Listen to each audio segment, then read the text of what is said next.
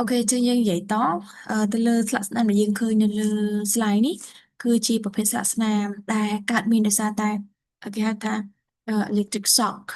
អឺមានតែដោយសារតែចរន្តនៃការឆក់ឬក៏សម្លាប់ឬក៏និយាយពីដំណើរការនៅក្នុងការស្លាប់របស់សត្វអញ្ចឹងណាអញ្ចឹងពេលខ្លះនៅពេលដែលដំណើរការឈាមវាបុកទៅក្នុងសរីរាង្គសួតហើយសត្វហ្នឹងវាដាច់ខ្យល់នៅពេលដែលឈាមនៅក្នុងសរីរាង្គសួតគឺវាឃើញឲ្យមានរូបភាពបែបនេះរូបរាងបែបនេះពណ៌បែបនេះអញ្ចឹង ពណ៌ដែលយើងឃើញបែបហ្នឹងគឺមិនមែនជាពណ៌ដែលកើតឡើងដោយសារតែអឺ mycoplasma ឬក៏ដោយសារតែជំងឺទេវាកើតមានដោយសារតែ mechanic រឿង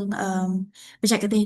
នៃការពិឃាតឬក៏ដំណើរការនៅក្នុងការស្លាប់ដែលខ្យល់របស់ស្លាប់របស់សត្វអញ្ចឹងណាចាអូខេអឺបន្តមកទៀតគឺនេះចារូបភាពដែលយើងអាចមើលឃើញជា scar ឬក៏ជារូបភាពរបស់ mycoplasma ចាយើងចូលមកដល់អឺបន្តមកទៀតគឺយើងនិយាយអំពីផ្នែកទី2និយាយអំពីស្លាកស្នាមនៅលើសរីរាង្គ ដែលកើតមានជំងឺ APP សត្វដែលមាន APP ណាចា៎ចឹងអឺជំងឺ APP យើងអាចពីរនេះគឺខុសគ្នាពីវាថា Mycoplasma និង APP គឺខុសគ្នា Mycoplasma វា affect ទៅលើសរីរាង្គខាងក្នុងនៃសរីរាង្គសួត APP គឺវា affect ខាងក្រៅហើយយើងឃើញចឹងនេះចាគឺសត្វជ្រូកដែលមានបញ្ហា APP យើងឃើញថាវាមាន fibrin ឬក៏សារធាតុបន្ថយជាច្រើនដែលមាននៅខាងក្រៅសរីរាង្គសួតដូចគ្នានេះដែរនេះចាអញ្ចឹងអាហ្នឹងគឺជាសត្វដែលមានបញ្ហាកើតមាន APP វាខុសពី Mycoplasma Mycoplasma វាច្រើននៅលើខ្លែងខាងចុងនៃសរីរាង្គសួតហើយវាមាននៅខាងក្នុងនៃសរីរាង្គតែម្ដងចាហើយនៅក្នុងការដាក់ពិន្ទុនៃសរីរាង្គដាក់សត្វដែលមានបញ្ហា APP យើងមានលេខ0 1 2 3 4ប៉ុន្តែ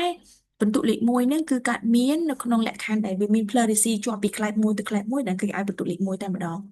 ហើយពិន្ទុលេខ0មានថាវាស្អាតធេងពិន្ទុលេខ1នៅពេលដែលខ្លែងមួយចាស់នេះឆ្លាស់ពីខ្លែងនេះទៅខ្លែងនេះវាមាន anther ជាប់ដែលយើងហៅថា pleurisy ដែលខ្ញុំប្រាប់គ្នាយើងតាំងពី mycoplasma ហ្នឹងចឹងអាហ្នឹងមានន័យថាវាsuspect ថាជាស្លាកស្នាមដែលកើតមានដោយសារតែAPP ដែលបង្កហើយបន្ទុកចាលេខ2អឺលេខ2ដែលយើងហៅថាជាបន្ទុកដែលកើតមាន mycoplasma បន្ទុកលេខ2ហ្នឹងគឺវាមានស្លាកស្នាមនៅលើសរីរាង្គសួតមួយចំហៀងដែលស្លាកស្នាមហ្នឹងគឺមាន1/3នៃសរីរាង្គសួតអញ្ចឹងមានថាបើយើងនិយាយពី mycoplasma យើងបែងចែកខ្លែកមួយមួយទៅជាបន្ទុក4ខ្លែកមួយមួយប៉ុន្តែសម្រាប់អឺ APP គឺយើងអត់និយាយពីខ្លែងសួតខាងលើទេយើងនិយាយពីខាងក្រោមផ្នែក C និង D តែម្ដងផ្នែកE ហើយនិងផ្នែក C អញ្ចឹងមានថាបើសិនជាស្លាកស្នាមសួតអឺវាមាននៅក្នុងខ្លែបខាងក្រោមផ្នែក C នេះចាដែលវាមាននៅលើផ្នែក C នេះដែលវាមានចន្លោះពីអឺចាប់ពីមួយមានថាសូនតិចបំផុតរហូតមានស្លាកស្នាមតិចរហូតទៅដល់1/3ហ្នឹងគឺអាហ្នឹងគេចាត់វាថាជាបន្ទុកលេខ2ហើយបន្ទុកលេខ3មានថាវាមានតែផ្ទៃសងខាងម្ខាងគឺមាន1/3ម្ខាងទៀតគឺ1/3គឺអាហ្នឹងគេហៅថាជាបន្ទុកលេខ3ឬក៏អាចម្ខាងហ្នឹងវាមានអឺអឺ1/3តែម្ដងឬក៏ធំជាង1/3អាហ្នឹងគឺគេហៅវាថាជាបន្ទុកលេខ3ដែរបញ្ជាក់ភាសាទៀតបន្ទុកលេខ2មានន័យថាផ្ទៃតែម្ខាងទេមានទំហំតូចជាងឬក៏ស្មើនឹង1/3នៃស្លាកស្នាមសរុបនៃសរីរាង្គសួតសរុបបន្ទុកលេខ2គឺជាបន្ទុកដែលមានស្លាកស្នាមខាងឆ្វេងហើយនិងខាងស្ដាំទាំងពីរដែលមានទំហំស្លាកស្នាមតូចជាងឬក៏ស្មើ1/3នៃទំហំសួតសរុបឬក៏សួរតែម្ខាងប៉ុន្តែមានទំហំធំជាង1/3នៃសរីរាង្គម្ខាងហ្នឹងនៃសរីរាង្គសួតម្ខាងហ្នឹងអញ្ចឹងអាហ្នឹងគឺជាបន្ទុកលេខ3ដោយឡែកបន្ទុកលេខ4ចាបន្ទុកលេខ4គឺទាំងផ្ទៃសងខាងមានទំហំស្លាកស្នាមធំជាង1/3ចឹងទាំងផ្ទៃសងខាងមានទំហំធំជាង1/3គឺគេហៅវាថាជាស្លាកស្នាមបន្ទុកដែលមាន APP លេខ4ចា៎ អូខេអញ្ចឹងអានេះគឺលេខ2ចាភាពយើងឃើញបាននេះឃើញទេអញ្ចឹងអានេះគឺគេនិយាយអំពី fine print គេនិយាយអំពីសារធាតុអន្តរដែលមាននៅលើសរីរាង្គសួតនឹងតែម្ដងអញ្ចឹងអានេះដោយសារតែវាមានតែមួយផ្នែកនៃសរីរាង្គសួតនឹងទេអឺវាបើយើងគិតជាភាគរយចាវាតិចមែនទែនវាតិចជាង25%អញ្ចឹងវាតិចជាង25%បែបនេះគឺគេហៅវាថាជាបន្ទុកលេខ1ហើយវាមានតែមួយចំហៀងដោយសារតែវាមានតែមួយចំហៀងអញ្ចឹង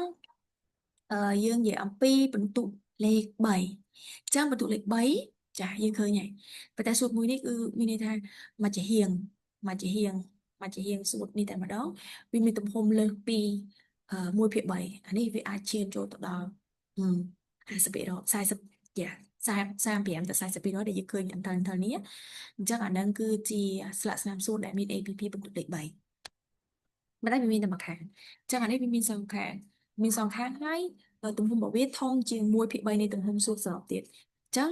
គេហៅវាថាជាបន្ទុកលេខ4យើងអាចមើលបាននេះជាងខាងនេះហើយនឹងជាងខាងគឺបានខ្ទេចខ្ទីខូចដាច់និយាយរួមទៅបើសិនជាយើងអាចចំណាំបានបន្ទុកលេខ4នៃ APP គឺអត់មានអឺផ្ទៃផ្លូររ៉ាទេអឺផ្លូររ៉ាគឺ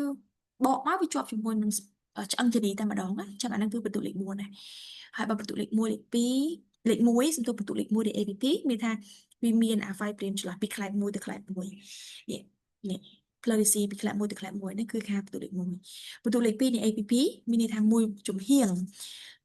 នៃសរីរាង្គសួតដែលមានទំហំស្លាកស្នាមដែលមានទំហំ pleurisy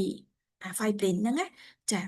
អឺតូចជាងឬក៏ស្មើ1/3បន្ទុកលេខ3មានន័យថាធំជាងឬក៏ស្មើ1/3នៃមួយចាហៀងហ្នឹងឬក៏សងខាងហ្នឹងធំជាងឬស្មើ1/3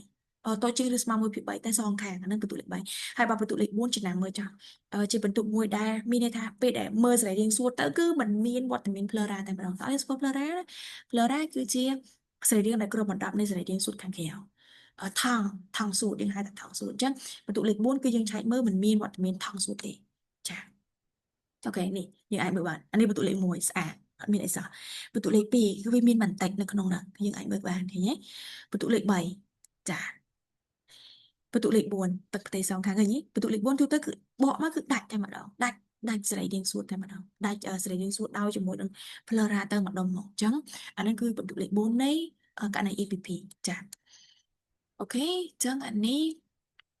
អឺជាករណីស្លាកស្នាម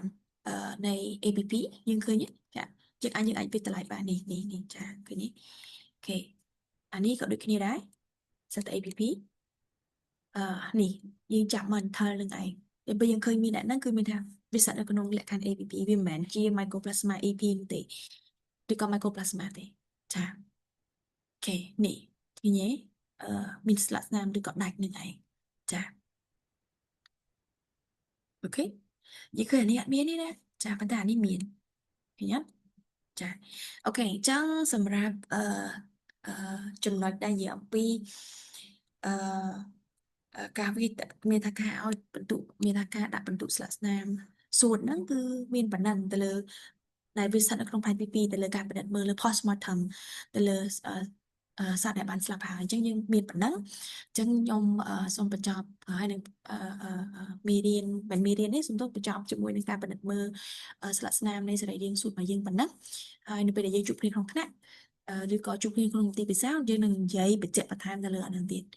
អូខេអញ្ចឹងគូមានប៉ុណ្ណឹងអរគុណច្រើន